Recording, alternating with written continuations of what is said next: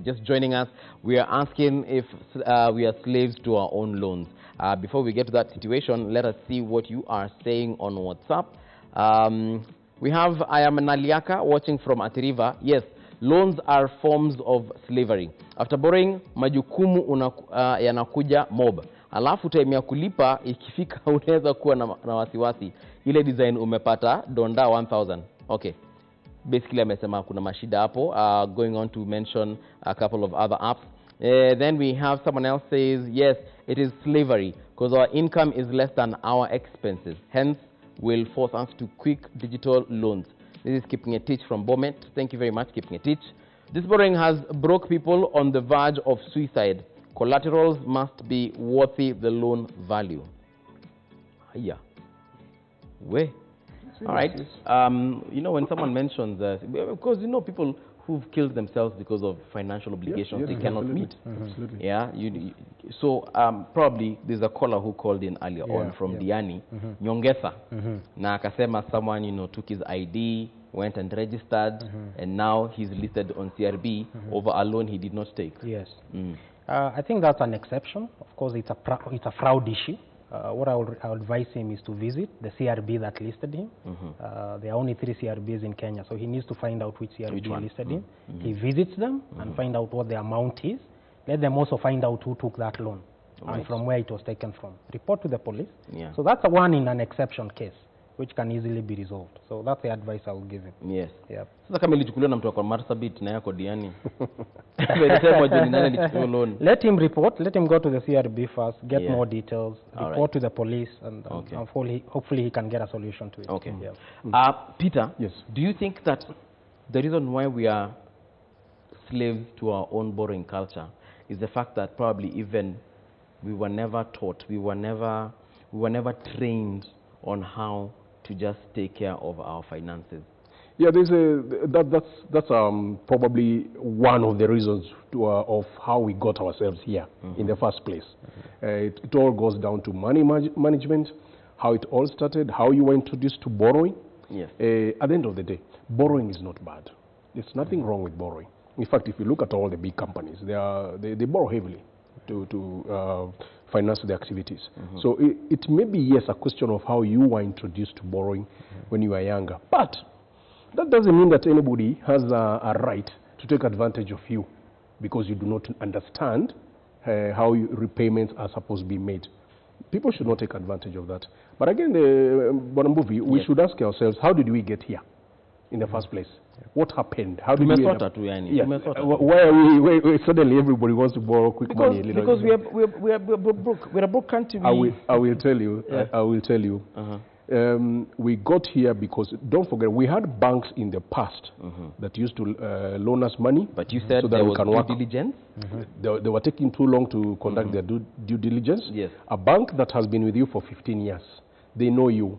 They visited your home. They visited your business premises. They know your trends. They know your trends. They can see where your money is coming in. The problem is the banks, there was a time that the banks took too long to get on board this new technology. Okay.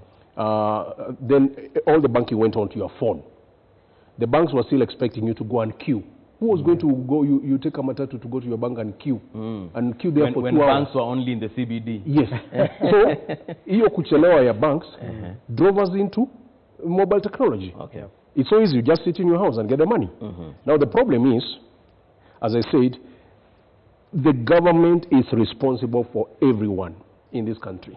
And the government should make sure that these people who are coming up with these apps are also checked.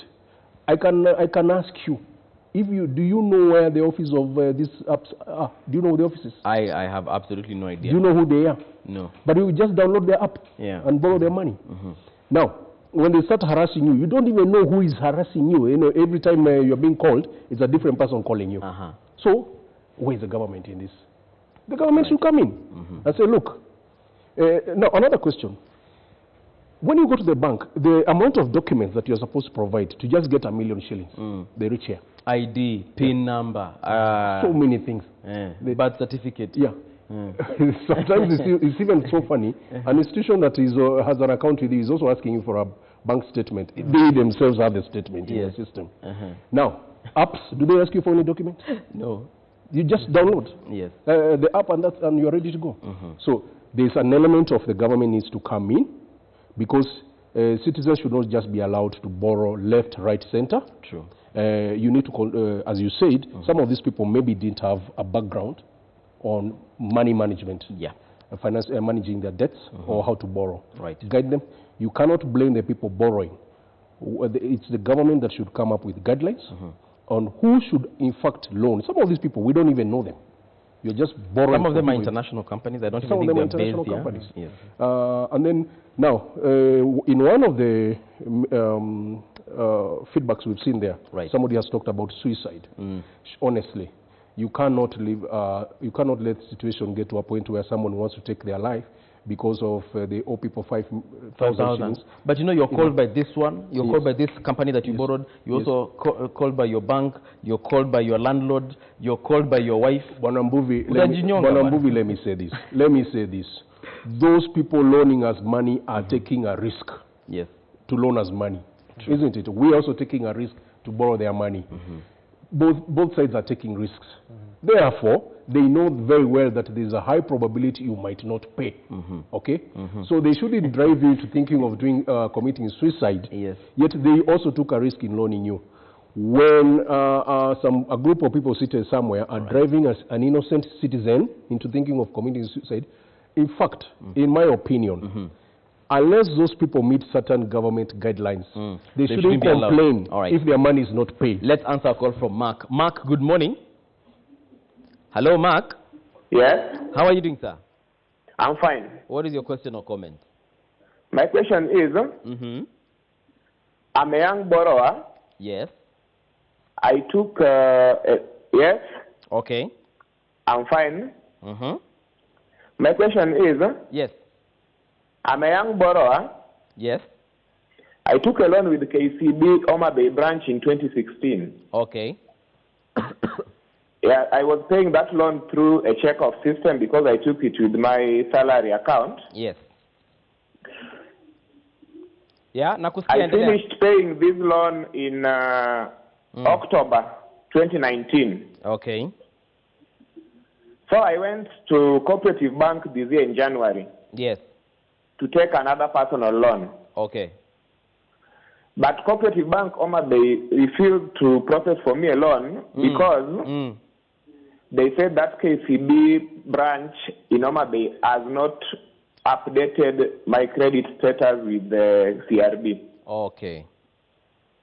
I've been to KCB Oma Bay for the last 3 weeks, nearly every single day. I've done mails, I've made phone calls so that they can update because I took a loan with them. Yes. I paid so well. At no single point did I default. Okay. Thank you, Mark. No matter the efforts I've made, I go to the branch every day, but then they cannot update. The manager tells me that all she can do is to just do emails, and there's nothing they can do. Yet, the only mistake I did was to do business with them, and I'm now a victim of their inefficient system. Now my question is this, where can I get help under such a scenario? Okay, thank you very much, Mark. Wacha tuone kama tutakusaidia. I know you're not representing any of those banks. Yes. So think about that answer as I check what is on WhatsApp. WhatsApp mnasema nini? We have Vincent from Nairobi. How can you know a good app to borrow? Because many apps are charging registration fees once you pay. The contact goes off, no response. If there's which are they? Okay.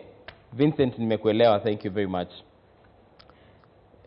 Let's address here haraka. Are there registration fees? There are no registration fees. To be honest, I have not downloaded any of these apps. I have not borrowed money from any There are no registration fees for any responsible digital lender. You will not be asked for any registration fee. So anybody asking for a registration fee is a fraudster. Okay. And you should not take a loan from them. Vincent, umesikia?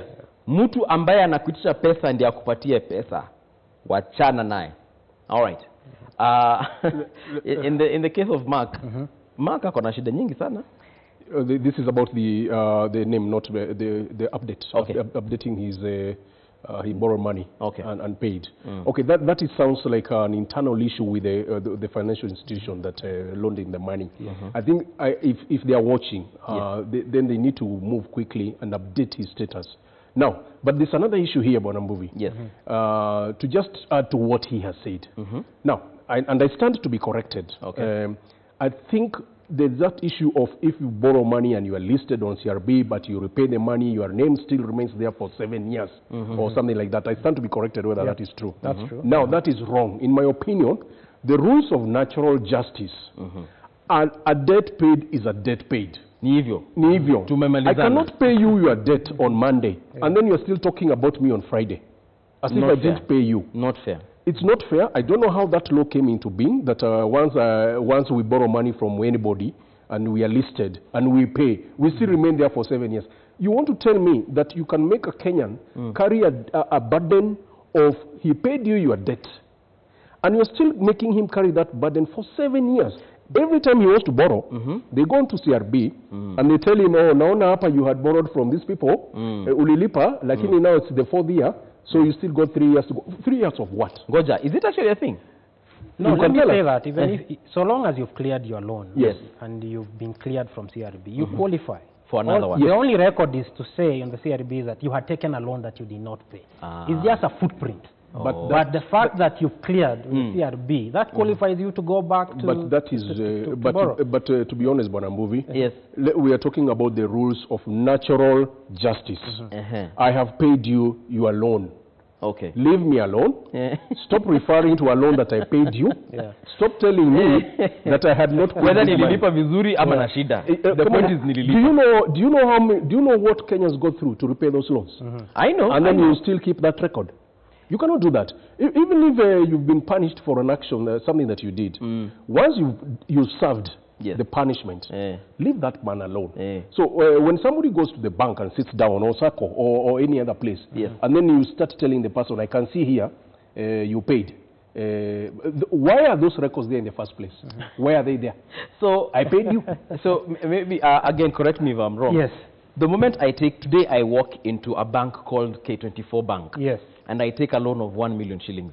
Immediately, I am listed at the CRB. That's a positive listing. Okay. So it's saying they say that at K24 Bank, I have a loan. Yes, which is a good thing. Okay. You've taken a loan. And then I pay this loan. Yes. So what happens? So my name still remains on CRB as someone who once had a loan. Absolutely. So the way CRB works is it looks at the positive and the negative side as well. It's not just about the negative side. They also look at the positive side to it. Do you repay your loans? Are you on time? Because that's a good behavior. Yes. But on the other side, I qualify faster if I'm a good payer. Yeah, you're a good payer. And the next time you come, the digital lender will be looking at your history. Okay. Are you paying well? All right. Are you somebody who is responsible? But going back to what I said at the beginning of this interview, I think the problem we have in our society is one of user behavior. And many years ago, a very senior person spoke of Kenya's peculiar habits. Yes. We are a peculiar people. And when it comes to money, we're even more peculiar. You will borrow money, you don't know what you want the money for. All right? You just borrow for the sake of borrowing. Trace back 20 years ago to our parents when there was no much money. Right. They were earning very little. With the small they had, they were able to educate us. There was no much access to credit. Right. They were able to buy plots. They were able to build for themselves. Right. Yet there was no much money circulating. But the difference is the behavior they had then and the behavior we have today. Okay. Everybody is trying to outshine the other. Everybody is trying to live above their means. Right. There's a lifestyle that everybody wants to maintain. So as much as we are blaming the digital lenders, I think for me I say, let's take one step back. What behavior is driving us? Right. Is it a peer competition kind of thing? Okay. Because for the young people, because if you look at the digital loans, most of the people are actually below 35 years. Okay. And most are male. Wanaume ndio wanakopa. Wanaume ndio wengi. Ndio tupatie wanawake. Kidogo. We have a gentleman from Kibera, Jackson. Good morning. Morning. How are you doing, sir? I'm doing well. All right. What is your question or comment? Yeah, I'm Jackson Marango from Kibera. I just wanted to know what can I do when maybe I want to borrow at a SACCO? Yes. While I was working at Nakumat, and you know Nakumat went under receivership. Yes. Yeah, Nakumat went down, but you know now it was not our fault as an employees. Very true. Yeah, so it seems then we had some loan that we were given by the SACCO. And these circles have been stressing us up by posts, by messages. And you see there were some shares that they also had, and we had guarantors, and they hold the money from the guarantors and the shares. Yes. So in such kind of situation, what can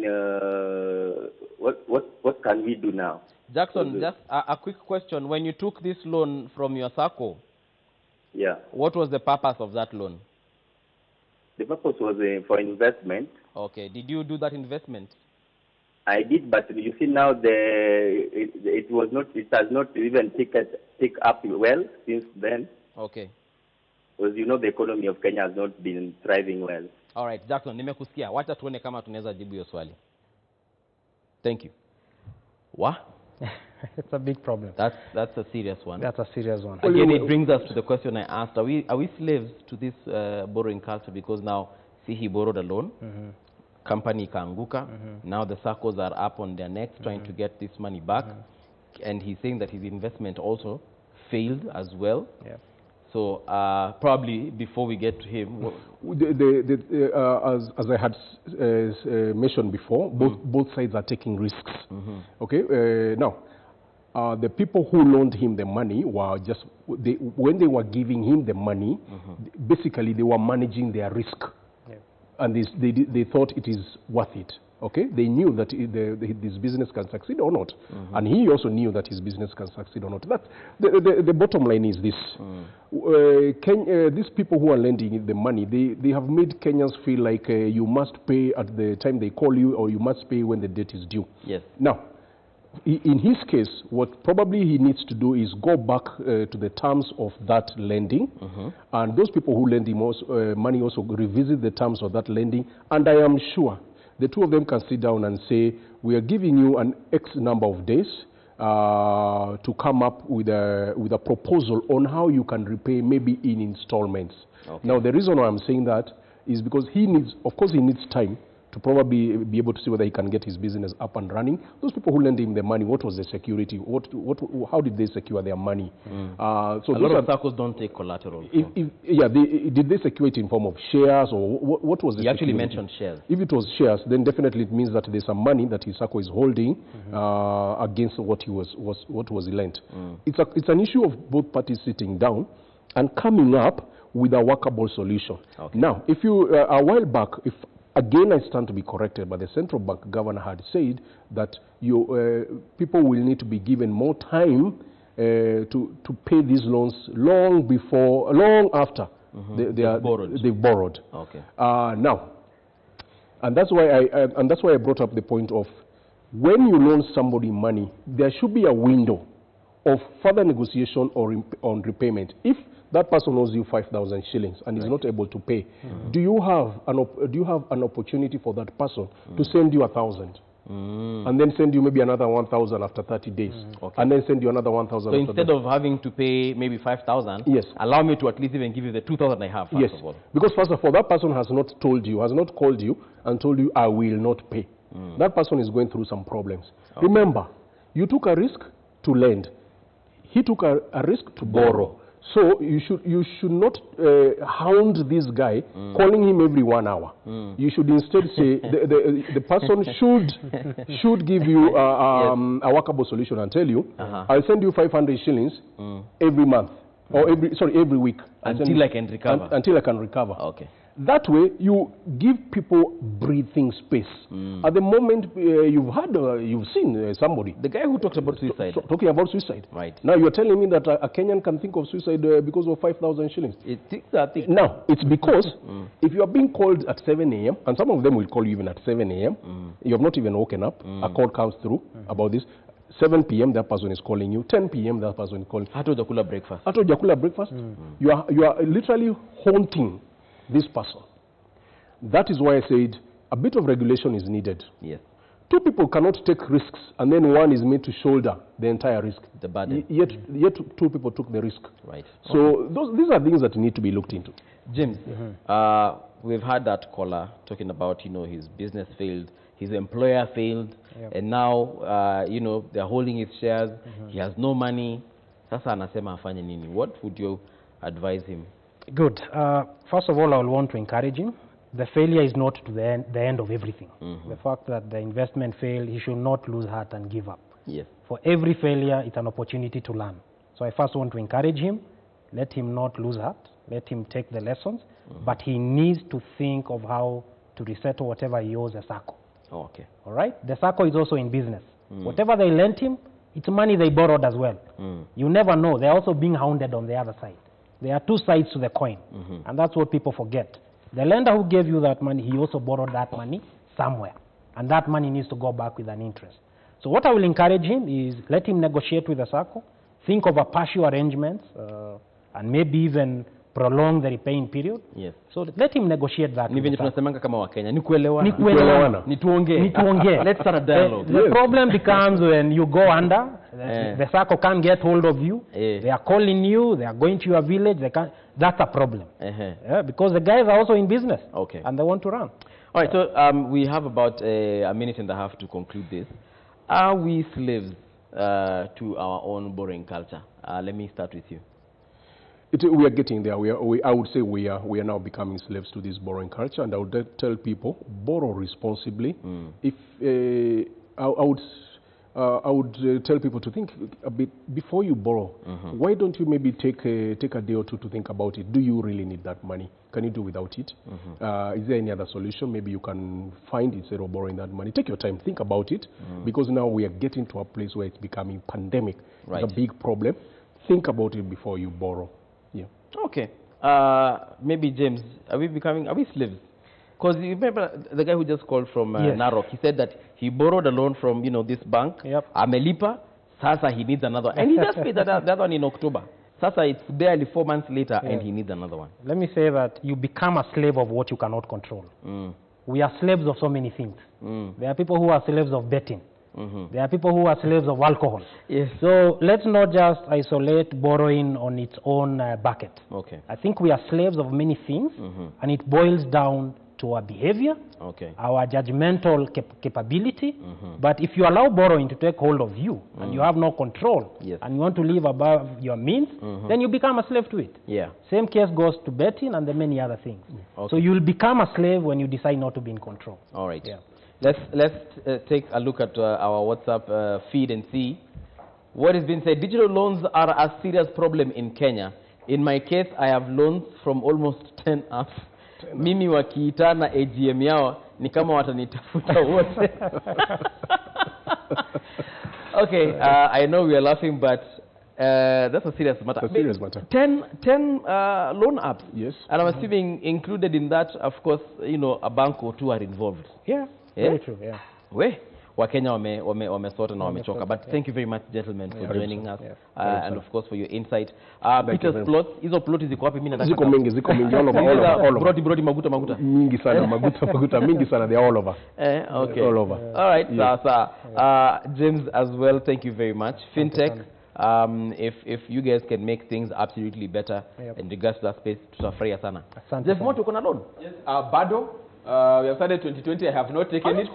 I have survived January. Hii ndio time tu chukua. Ama wakitana AGM kama ule. Bana, they can call. In fact, watasema mbona huyu hajachukua. We have been waiting. Although funnily, I think one viewer pointed out, I have been made a guarantor and I didn't know. So I got an SMS. Paul Mbuvi hasn't paid the loan. Please tell Mbuvi to pay his loan. And I'm like, I didn't know. That's a fraud. No one had told me about it. Did you know the person who had borrowed that loan? I know him, but he hadn't informed me of this particular thing. And because he has my number because I'm in his phone book. So like you said, it's fraud, and I think I need to report it. I hope so, because I haven't got another message since that time. All right, we've come to the end of the show. Of course, if you want to get in touch with this gentleman, please let us know. We'll definitely put you in touch. The Daily Brief is coming up next. Okay, of course. Samuel Joroge is back. He'd been off for a while, but of course, him and Chick Sharora are going to be on from 9 till 12:30 with the Daily Brief. Have a great day. We are back tomorrow bright and early. God bless. Bye-bye. I knew any guarantor.